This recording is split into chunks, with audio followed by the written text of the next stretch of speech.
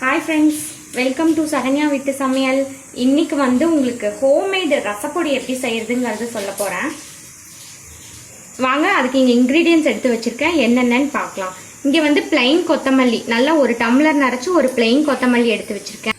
1/2 tumbler குருமிளகு எடுத்து வச்சிருக்கேன். 1/2 tumbler ஜீரகம், கொஞ்சம் கருவேப்பிலை வந்து நல்லா வெயில்ல வச்சு காய வச்சு எடுத்து வச்சிருக்கேன்.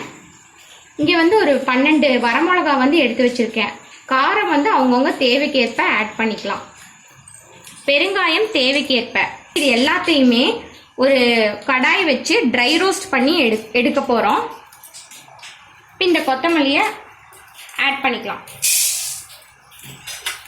கொத்தமல்லி வந்து நல்லா வாசனை வர வரைக்கும் வறுத்துக்கோங்க. இதை சிம்லேயே வச்சு வறுத்துக்கோங்க. இப்போ மாற்றிடலாம்.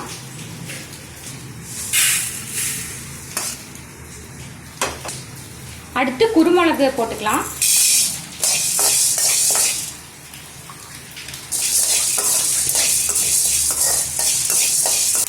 இப்போ குருமிளகு நல்லா வறுத்துட்டேன். இப்போ இதையும் மாற்றிக்கலாம். அடுத்து ஜீரகத்தை ஆட் பண்ணிக்கலாம். கொஞ்சம் இது நல்லா செவக்க வறுத்துக்கோங்க. இப்போ ஜீரகம் நல்லா செவந்துருச்சு. இப்போ இதை நம்ம மாற்றிக்கலாம். கருவேப்பிலை அடுத்து ஆட் பண்ணிக்கலாம்.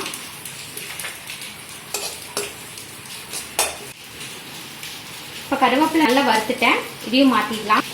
அடுத்து இந்த வரமிளகா ஆட் பண்ணிக்கலாம். வரமிளகா எப்பயும் கடைசியில் போடுங்க. இப்போ வரமிளகாயும் நல்லா வறுத்துட்டேன்.